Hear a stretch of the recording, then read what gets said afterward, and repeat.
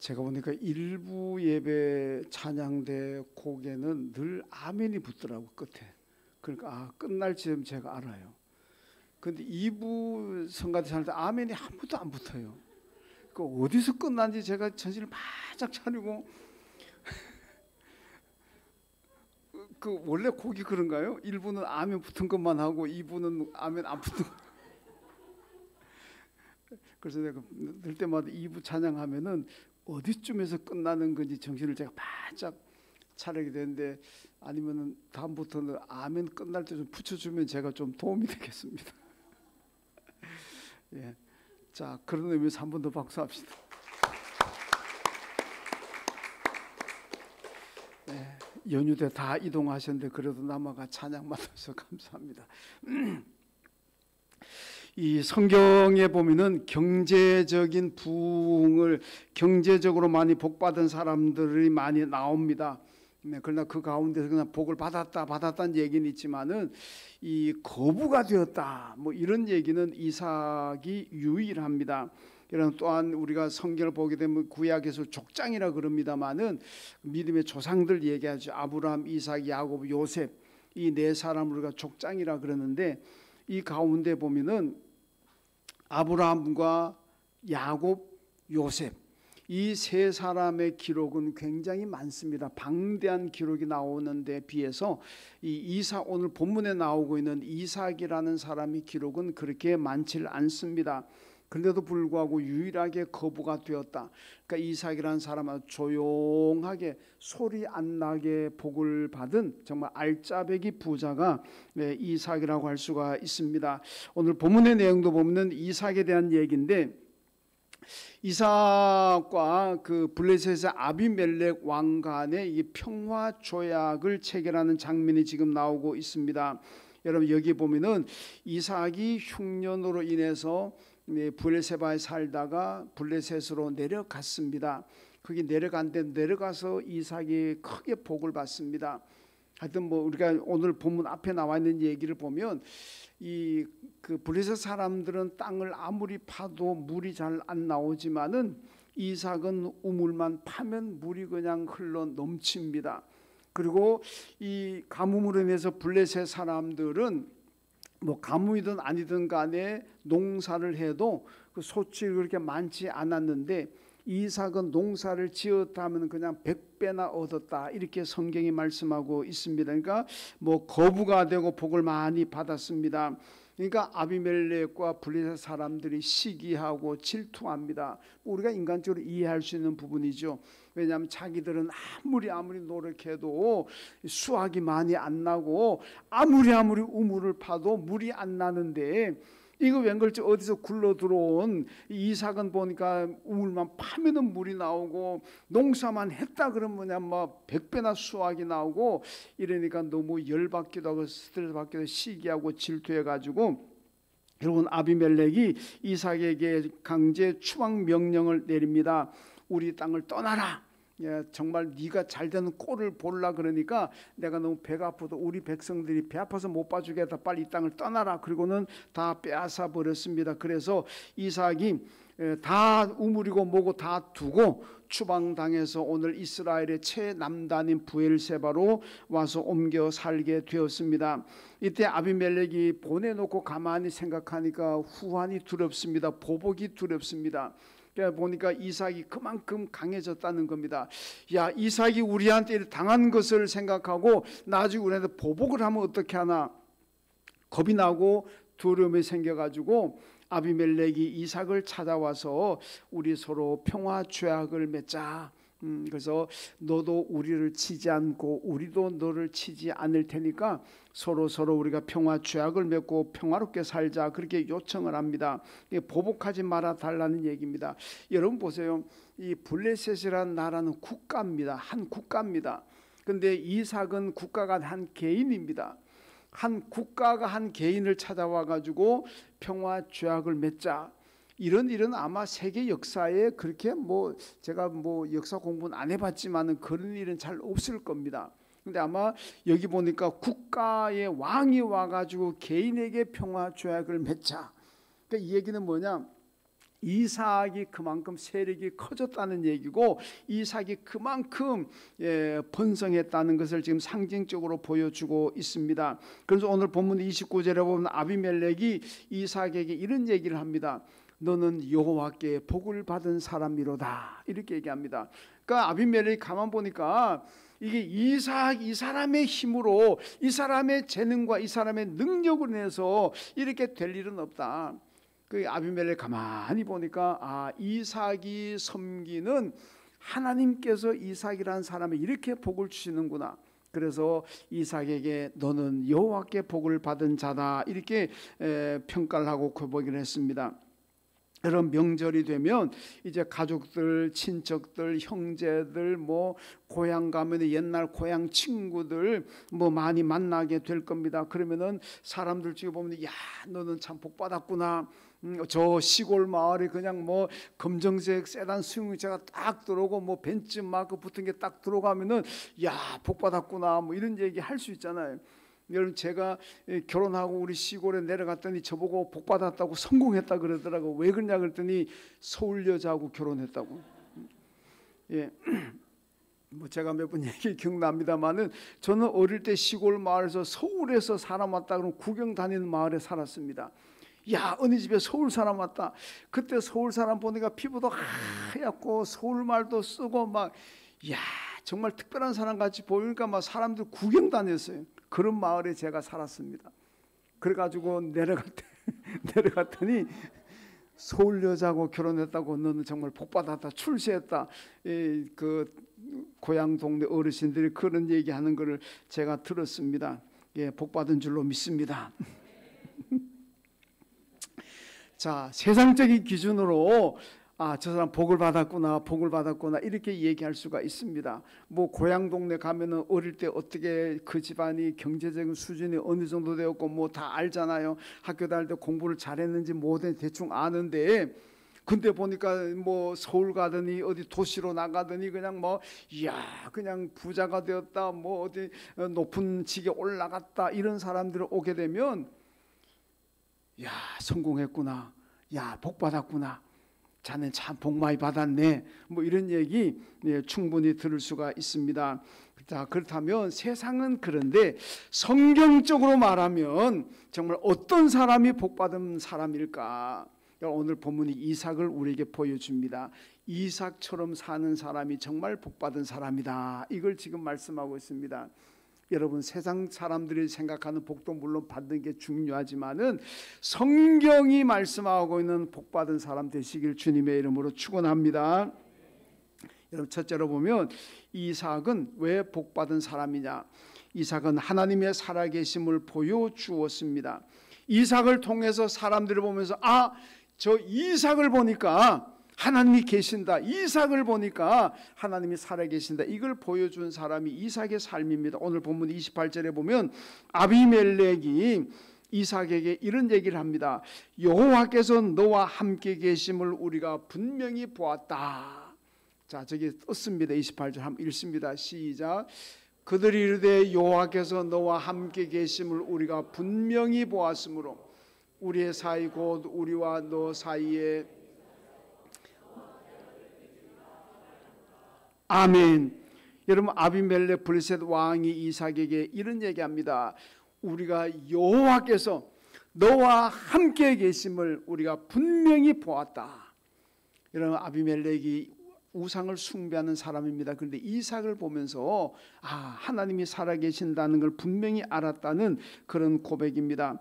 여러분, 세상의 불신자들도요, 우리 보고 우리가 예수 믿읍시다, 교회 갑시다, 그럼 뭐라 그럽니까? 하나님이 살아계신다는 걸 한번 보여주라. 그러면 우리 내가 예수 믿, 그렇게 얘기하는 사람들도 많이 있잖아요. 나는 하나님이 살아계신다는 걸 못 믿겠다, 하나님이 살아계시나 보여줘봐라, 그럼 내가 예수 믿을게. 이런 사람들이 세상에 분명히 많이 있고 그런 말씀을 들어보았을 겁니다. 여러분, 이삭은 블레셋 우상 숭배하는 곳에서 하나님이 살아계신다는 걸 보여주었습니다. 이런 삶이야말로 성경에서 말한 대로 가장 복받은 사람인 줄로 믿습니다. 여러분이 누구에게든지 간에 가서 나를 통해서 하나님의 살아계심이 보여지고 나를 통해서 예수가 살아계신다는 걸 보여준다면 여러분 그 사람은 참 멋있는 삶을 사는 것이고 복받은 삶을 사는 사람입니다. 여러분 다니엘서를 보게 되면 다니엘 사자굴에서도 살아나왔습니다. 사자 바비도 다 죽을 줄로 알았는데 다니엘이 사자굴에서 살아나왔습니다. 이걸 본 페르시아 다리오 왕이 뭐라 그럽니까? 백성들에게 온 조서를 내려가지고 다니엘의 하나님을 믿어라 이렇게 백성들에게 조서를 내렸습니다. 다니엘서 6장 26절을 보게 되면은 다니엘의 하나님은 살아계시는 하나님이다 이렇게 다리오 왕이 고백을 하고 있습니다. 여러분 그래서 다니엘의 삶이라는 건 어떤 삶입니까? 페르시아에서 그 사람들에게 페르시아 사람들에게 아니면 왕 고관들에게 하나님이 살아계신다는 것을 보여준 사람입니다. 그러니까 이 다리오 왕이 온 백성들 앞에 다니엘이 믿는 하나님이 진짜 살아있는 신이다. 그래서 우리 백성들도 이제 페르시아 백성들도 우리가 믿는 우상을 다 버리고 이제부터는 다니엘이 믿는 하나님을 믿어라. 이게 조서를 내리는 장면이 여러분 성경에 나오고 있습니다. 그렇게 본다면 다니엘은 정말로 복받은 사람인 줄로 믿습니다. 이사야 45장 3절에 보면은 페르시아의 고레스 왕이 그 바벨론 포로로 끌려와 있던 이스라엘 백성들을 해방시키는 장면이 나옵니다. 그래서 이스라엘 백성들 포로민들이 다시 고국인 이스라엘로 돌아옵니다. 그때는 3절에서 뭐라고 하는지 압니까? 하나님께서 내가 너희들에게 숨은 보화와 은밀한 재물을 줄 것이다. 보화와 재물을 준다. 왜 주느냐? 많은 이방 사람들, 많은 사람들이 너희들이 내게 보화를 받고 재물을 받는 것을 보고서 부강하게 되는 걸 바라보면서 너희 하나님 나 여호와가 이스라엘 하나님 살아계신 하나님으로 믿게 하기 위함이다. 이렇게 말씀합니다. 여러분 하나님께서 왜 포로민들에게 빈손으로 오는 포로민들에게 여러분 보화도 주시고 은밀한 재물을 주십니까? 너희를 불러서 너희를 구원하신 나 여호와가 이스라엘의 하나님 살아계신 하나님인 것을 내가 보여주기 위해서 너희들에게 복을 준다. 그렇게 말씀하고 있습니다. 여러분 하나님이 살아계신다는 걸 보여주는 방법은 여러 가지 방법이 있습니다. 세상적인 성공이 하나의 방법이 될 수가 있습니다. 여러분 내가 돈을 많이 벌어서 재벌이 되었다든지 사업으로 성공자가 되었다든지 뭐 아니면 높은 자리에 올라갔다든지 우리가 흔히 세상말로 출세했다. 그것도 하나님의 살아계심을 보여주는 하나의 방법입니다. 그러나 정말로 감동적으로 하나님의 살아계심을 보여주는 방법이 있습니다. 그것은 내가 여러분 인생의 밑바닥에 떨어져 있을지라도 인생의 밑바닥에 추락한 인생을 살지라도 그곳에서도 여전히 하나님을 믿고 여전히 예수를 믿는 믿음을 가진다면 사람들은 거기에서 감동을 받습니다. 아, 저렇게 망가졌는데 저 정도 되면은 하나님을 저주하고 믿음을 버리고 떠날 것 같은데 그런데도 여전히 하나님을 바라보고 예수를 믿는 저 믿음을 보니까 하나님이 살아계시는구나 그렇게 생각을 한다는 겁니다. 여러분 욥의 고난을 보세요. 욥이 얼마나 잘 살았습니까? 부자입니다. 동방의 의인이라는 하나님의 평가를 받습니다. 그런데 어느 날 여러분 그 재앙이 덮쳤는데 10명의 자녀들이 다 죽었습니다. 그 만든 재산이 다 날아가고 알거지가 되었습니다. 건강하던 몸에 병이 나가지고 기왓장으로 그냥 진물을 끓고 있습니다. 개들이 와서 핥습니다. 얼마나 비참한 상황에 떨어졌습니까? 그래도 여전히 욥이 하나님을 믿고 있습니다. 그래서 욥의 아내가 뭐라 그럽니까? 당신 미쳤구나. 당신이 믿는다는 하나님이 당신을 이 지경으로 만드는데도 그래도 여전히 하나님을 믿을 수가 있느냐? 차라리 하나님 저주하고 죽어버려라. 이게 사는 거냐? 나 같으면 하나님 저주하고 죽어버리겠다. 뭐 때문에 사느냐? 여러분 그때 욥이 뭐라고 고백합니까?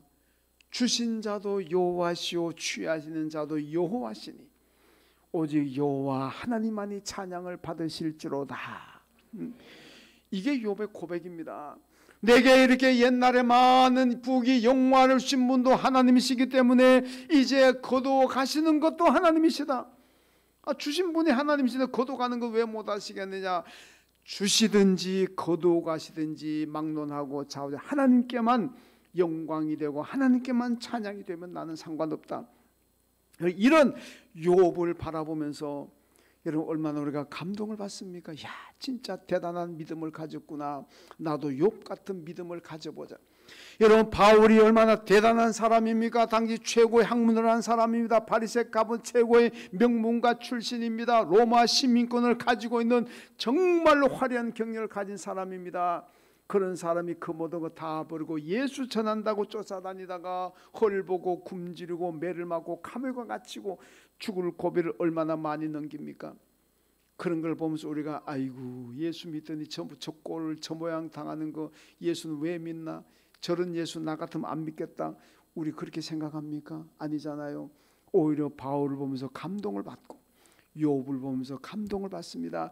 세상적으로 보면 인생의 밑바닥에 추락한 비참한 인생이지만은 그곳에서도 여전히 하나님을 믿고 있잖아요. 여전히 예수를 믿고 있습니다. 그러니까 우리가 감동적인 거예요. 이제 저분들의 믿음을 보니까 하나님이 살아계신다, 이걸 알게 되는 겁니다. 여러분 우리의 역사를 보게 되면 세계 교회사가 있고 한국 교회사도 있습니다. 여러분 세계 교회가 부흥할 때가 언제인지 압니까? 한국 교회가 부흥할 때가 언제인지 압니까? 순교 시대입니다. 순교자들이 나와서 여러분 순교 당할 때 그때 세계 교회가 기독교가 부흥했고 한국 교회도 그때 부흥했습니다. 여러분 보세요. 아니 예수 믿는 사람이 순교 당한 거 아이고 저렇게 하면 예수 뭐한테 믿냐? 예수 저렇게 잘 믿는데도 순교 당할 것 같으면 나 예수 안 믿고 교회 떠나버리겠다. 교회가 안 될 것 같잖아요. 그렇죠? 여러분 교회가 평안하고 예수 믿는 사람들이 잘 되고 고난도 없고 박해도 없고 그러면은 교회가 많이 부흥할 것 같잖아요. 이론적으로 보면은. 근데요 그럴 때 교회 부흥 안 합니다. 교회 부흥은요 순교자들이 나올 때, 교회 박해가 몰아칠 때, 교인들이 고생하고 고난당하고 고통하고 여러분 그럴 때 교회가 부흥하는 거예요. 왜?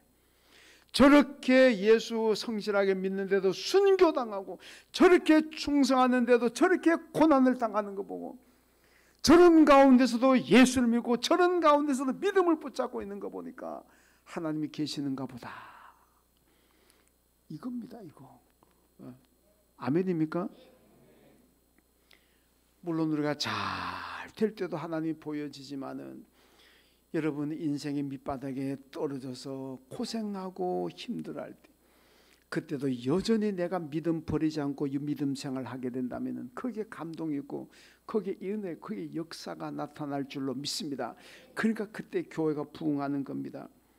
여러분 우리 사도행전 1장 8절에 예수님께서 땅끝까지 가서 내 증인이 되라 그러잖아요.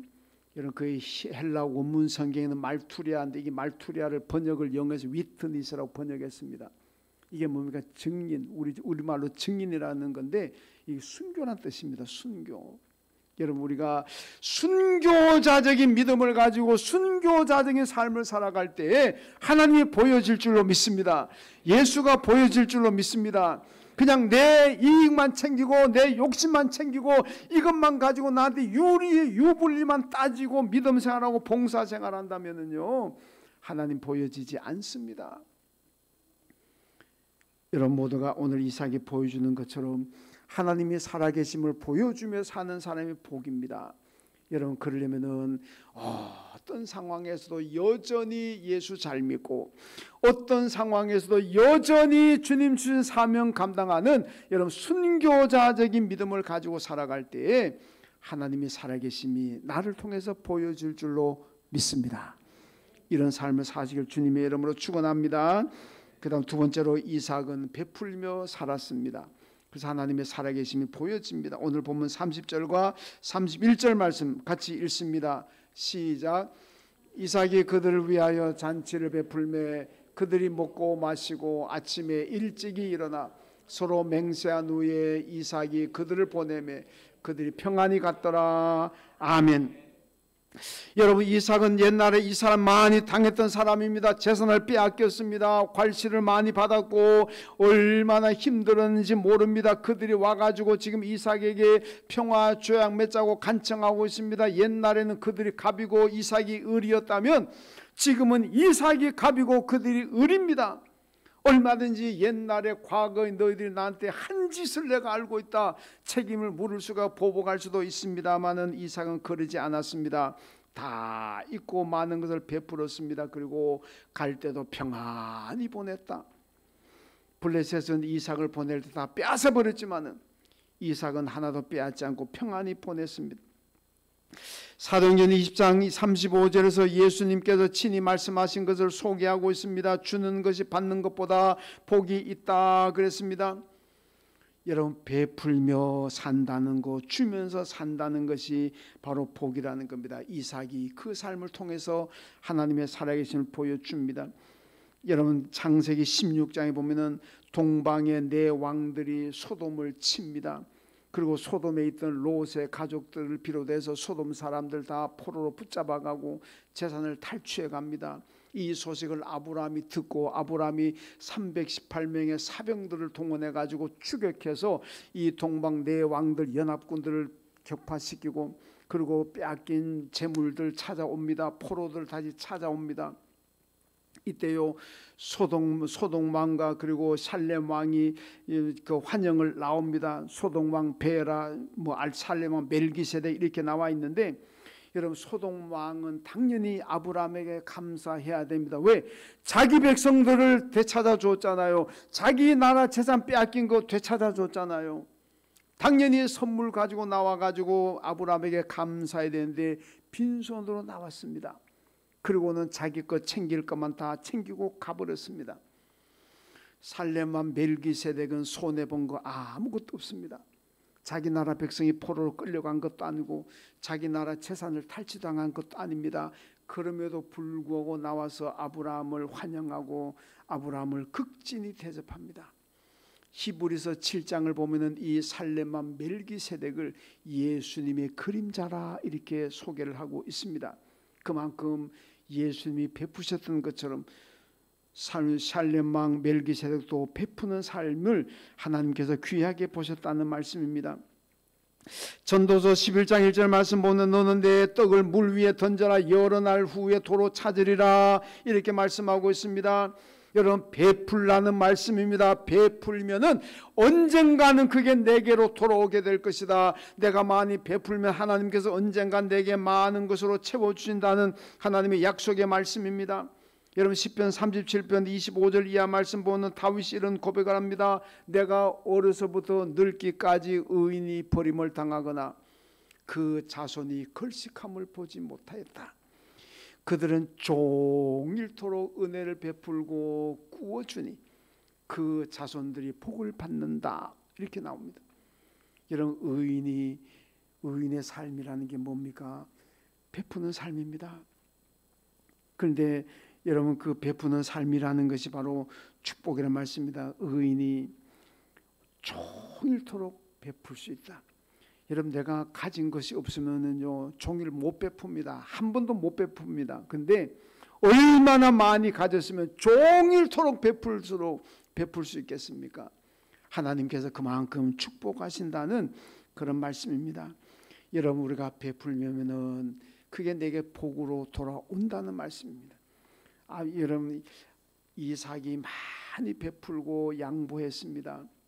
그럼 없어져야 되잖아요. 오히려 거부가 됩니다. 이런 복의 원리라는 게 무엇입니까? 하나님께는 드리고 사람들에게는 베푸는 것입니다.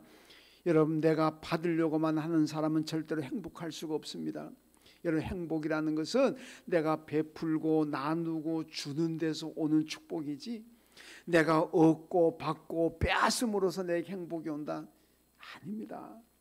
행복이라는 것은요 내가 주면서 베푸는 것에서 오는 거지. 내가 가지려고 하고 빼앗고 취하려고 하고 그러면은 행복할 수가 없다는 말씀입니다.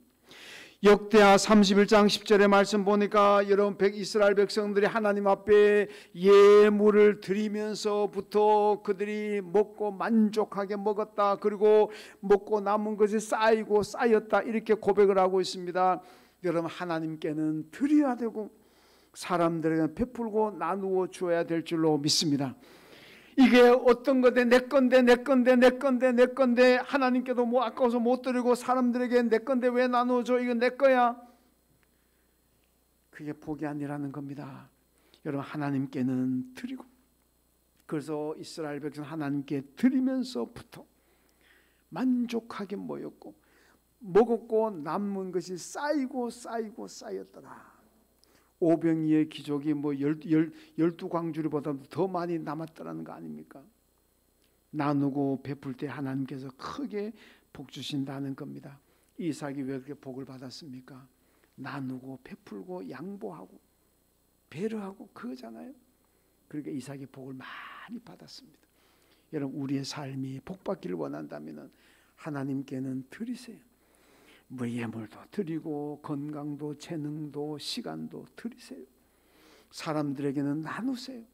물질도 나누고 기도도 나누고 사랑도 나누고 나누세요. 그것이 그러면은 복 받을 줄로 믿습니다.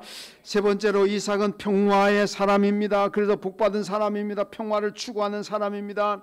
여러분 앞에 오늘 본문 앞에 보면 이삭이 블레셋 가가지고 우물을 3번 팠는데 3번 팔 때마다 물이 쫙 나옵니다. 빼앗고 다 빼앗깁니다. 4번째 우물을 팠는데 그때도 물이 역시 나옵니다. 그런데 더 이상 속담 오늘 빈대도 낯짝이 있다고 못 빼앗습니다. 그래서 괜찮았습니다. 그런데도 그것도 만족하지 못해 결국 그마저 나중에 빼앗고 쫓아내 버렸습니다. 여러분 고대 근동 지역에 지금도 이스라엘 쪽 마찬가지입니다만 물이 굉장히 귀합니다. 우물로 물 전쟁도 많이 일어나는 곳이 바로 이곳입니다. 여러분 이삭은 아비멜렉이 우물을 빼앗은 것에 대하여 항의하지 않습니다. 찾아오고 지금은 이삭이 갑이지만은 그럼에도 불구하고 왜 옛날에 내 재산을 빼앗았느냐, 왜 내 우물을 빼앗았느냐 항의하지 않았습니다. 보복하지 않았습니다. 그냥 잘 대접하고 평안히 가도록 만들었습니다. 이게 뭡니까? 이삭은 싸우는 사람이 아닙니다. 다투는 사람이 아닙니다. 내 거 차지하려고 여러분 박대하는 사람이 아닙니다. 그냥 대접하고 그냥 양보하는 사람입니다. 이게 바로 평화를 추구하는 사람이라는 겁니다. 여러분 우리가 살아가면서 갈등이 왜 일어나고 다툼이 왜 일어나고 싸움이 왜 일어납니까? 이기심 아닙니까? 뭔가 내가 더 차지하려고 하는 그 이기심 때문에 국가와 국가 간에 전쟁이 일어납니다. 여러분 가족 간에 형제 간에 이웃 간에 왜 자꾸 싸움과 다툼이 일어납니까? 더 많이 가지려고 더 차지하려고 그 이기심 때문에 결국은 분쟁하고 갈등하고 싸우는 겁니다. 그러면 평화가 없습니다. 이삭처럼 양보하고 배려하고 베푸는 곳에는 여러분 평화가 있지만은 이거 내 거야 절대 양보 못해 내 거 손대지 마 안 줄 거야 나만 가지고 누릴 거야. 여러분 그런 곳에는 평화라는 것은 없습니다. 맨날 싸우고 다투는 겁니다. 여러분 평화라는 것은 저절로 되는 것이 아닙니다. 이삭처럼 양보도 하고 손해도 보고 때로는 자존심도 버려야 됩니다. 이것이 바로 예수님의 삶입니다. 여러분 우리가 예수님을 닮고 오늘 이삭을 닮는다면 여러분 양보해야 됩니다. 포기도 해야 되고 손해도 봐야 됩니다. 자존심도 내려놓아야 됩니다. 그래야 내게 평화가 찾아오는 거지. 이거 다 가지고 있으면서 내가 평화롭게 살겠다. 택도 없는 얘기입니다. 여러분 이삭도 복을 받았고 야곱도 복을 받았습니다. 이삭은 보면은 100배로 수확이 되고 거부가 되고 창대해졌다. 이삭의 아들이 야곱입니다. 창세기 30장 42절 보면 야곱의 이런 얘기합니다. 야곱은 매우 번창하여 양떼와 노비와 낙타와 나귀가 많았더라. 이렇게 부자가 다 복 엄청 받았습니다. 이삭은 거부가 되었습니다. 아들 야곱은 매우 번창했다 그랬습니다. 여러분 그런데요. 복받은 것은 다 결론은 다 같지만은 복받는 과정은 완전히 하늘과 땅 차이입니다. 완전히 다릅니다. 여러분, 야곱은 복받는 길이 얼마나 험난합니까? 아버지를 속이고 외삼촌 라반을 속이고 그러면서 그냥 도망 다니고 그 나이 저 어디 바단 아람으로 도망가잖아요. 살기 위해서. 얼마나 나중에는 자기는 속였는데 나중에 아들한테 속혀가지고 아들이 11아들이 아버지 속여버리잖아요. 그래가지고 요셉 죽은 줄 알고 막 얼마나 여러 힘든 인생을 살았습니까? 너무너무 고난도 많았습니다. 그런데 이삭은 어떻습니까? 평탄합니다. 순탄합니다. 이삭이 거부가 되는데 힘들었다, 그런 거 없습니다. 여러분, 야곱은 너무너무 힘들게 부자가 되었지만은 이삭은 평탄하게 부자가 되었어요. 왜 그렇습니까? 야곱은 내꺼 양보도 할 줄 모르고 속이고 수단과 방법을 가리지 않고 내가 찾아야 되겠다, 그 이기심과 욕심이 강하다 보니까 부자는 되었지만은 얼마나 고생했는지 모릅니다. 이삭은요 그냥 양보해요. 안 싸웁니다. 다투지 않습니다. 내놔 가져라, 내놔 가져라. 배려하고 줘버리고 용서해버리고. 그랬더니 하나님이 축복하셔가지고 자기 아들 야곱처럼 막 내꺼 안 그러는데도 거부가 됩니다. 순탄하게 복을 받잖아요. 왜 그렇습니까? 이삭은 그냥 양보하고 나누고 주고 떠납니다. 야곱은 움켜잡을 이거 내 거야. 그러니까 고생, 정말 세상 말로 죽도록 고생하는 겁니다. 여러분, 부자가 되더라도 성공하더라도 이삭처럼 순탄하게 부자가 되시고 순탄하게 성공하시길 주님의 이름으로 축원합니다. 그러면 어떻게 되냐? 나누고 베풀고 양보하고 손해보고 마음 넓게 가지라는 겁니다. 그래서 이왕 성공하실 거 이삭처럼 행복하게 순탄하게 성공하시기를 주님의 이름으로 축원합니다. 하나님 아버지 감사합니다. 오늘 이삭의 삶을 보았습니다. 이삭은 참 복받은 사람입니다. 하나님의 살아계심을 보여주었고 언제나 베풀며 살았고 늘 평화를 만드는 사람이었습니다. 이삭의 삶을 배우고 우리도 그렇게 살아가는 저희들 되게 하여 주옵소서. 야곱처럼 욕심 가지고 탐욕 가지고 수단과 방법을 가리지 않는 이런 마음 가지고는 그렇게 될 수가 없다는 걸 기억하고 이삭처럼 너그럽게 베풀고 양보하고 때로 손해보고 이런 삶을 살아갈 수 있는 저희들 되게 하여 주옵소서. 예수님의 이름으로 기도하옵나이다. 아멘. 하나님 아버지